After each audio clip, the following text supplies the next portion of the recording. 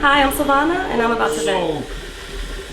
At a certain point, like I've seen like some of your videos on like natural hair colorism and stuff of that nature. Yeah. So there's like a list, and I'm trying to figure it out in my head as to now like how to check. Okay then, cool. So you were a YouTube personality. You've done things on YouTube and stuff like that. So can you please tell people about that type of stuff? What were you doing? Your aim, your goal, and Yeah. So I think my first time doing something was a hair review video on YouTube. I shot it on my BlackBerry, like this is before it was what it is today. Yeah. You know what I'm saying? And the shit got mad views even now. People still go on it because like that's what girls like. And it was like a more of a natural hair weave company. So that was the first time dabbling in that. I should have probably kept on with that, but I'm a little lazy, so it was just like nah. Then after that, I did a show. Have you ever heard Underground? The show called Underground. the Slave Show? Yeah, Okay. the same writer of Lovecraft Country. Same creator. Okay, yeah. because so I was obsessed with that show. I don't know if I want to watch Lovecraft now. Nah, you better. I mean, because I thought I looked at Underground to like It's laugh not at it. It's not a slave show Okay, like okay. a Lovecraft. You know it's based on a book. We'll talk about that. So no one was covering that. No one was talking about it. And I'm the type when I like some shit, I'm gonna read about it. I'm gonna Reddit. Yeah. I want to go on YouTube. Like I want to watch it and be like, man, people that relate. Yo, You missed that. So I'm the I'm same way, like nobody fucking's doing that. So let me do it. Okay. And that's what I did with that. And I always have a thread or underbelly of social justice. I think that's probably what you see in everything that I do outside of like hookah, but not even because outside of hookah. not even because honestly, it was like I'm tired of us not circulating the dollar with the hookah business too. Like we could. No, that's a we could do our thing. we're in the same boat as far as that goes. Yeah. So then I hooked up with my homeboy that I've been knowing all my life. I call him my first friend.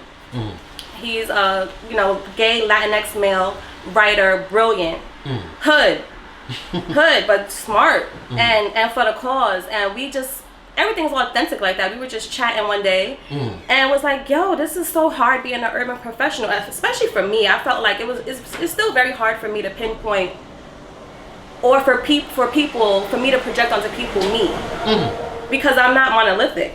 You know what I'm saying? Like I used to have people want to date me and be like, "Oh, you mad woke?" Like nigga, I'm still a nigga. Like yeah, I'm woke. I am, but it's not everything. All right, so if that's the case, then why there's some niggas that ain't woke? But as a woman, guys were approaching me like that, like, "Oh yeah, because you are a queen." I'm like, yo, sometimes I'm a little ratchet. Like it's not always there. They're not opposites. Right. Okay. So he and I were talking about that and talking about the office and issues that urban professionals face, and that's really what started that series. Okay. And we were interviewing people based off that, and that was a labor of love. That was from the heart. That's grassroots. You're not getting anything out of that, like popularity wise, if that makes sense. That's just like real shit, grassroots. Like we want to change the system. I could agree with you on a certain point of the start, the genesis of things. Right.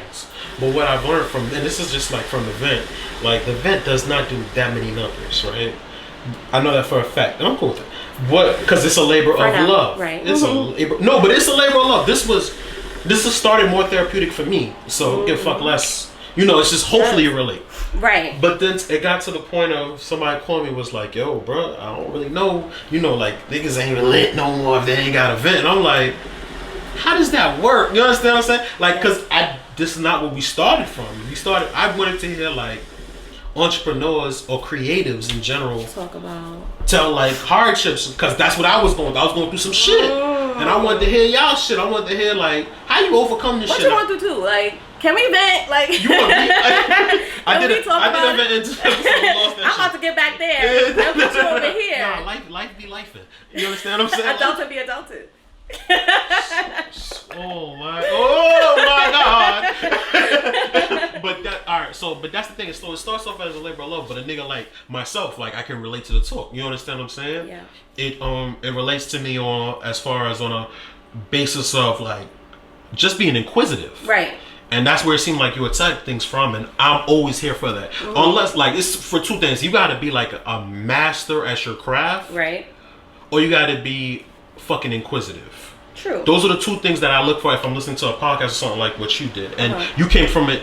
We're not masters at these situations. We're just Well, what would you do? Right. Yeah. So. And honestly, it was a vent. Yeah. It was a vent. It was like you had to get so much. It was a vent. Like everybody come on here and vent. Like yeah. talk about what is it like in the workplace being a person of color. What is it like, you know, when you're being perceived as uneducated because of the connotation of your accent that you happen to be born with because you're born in New York. You're judged for these things. Yeah. What is it like being judged because you have a beard? You know, why do tech startups get to come in wearing all kinds of shit? These, you know, Midwestern white boys coming in there with rugged ass shit, but you try to do that. Yeah, you try to do that, and you're going to be hella judged, and you're not going to get the job. That's a fact. You know, so that's basically what that labor of love was. But I will say that it was very hard on me mentally, and started getting depressing doing that. What? Doing the Tribe Called Up. This is the Conversational Lush. I just vented. Be sure to like, comment, and subscribe.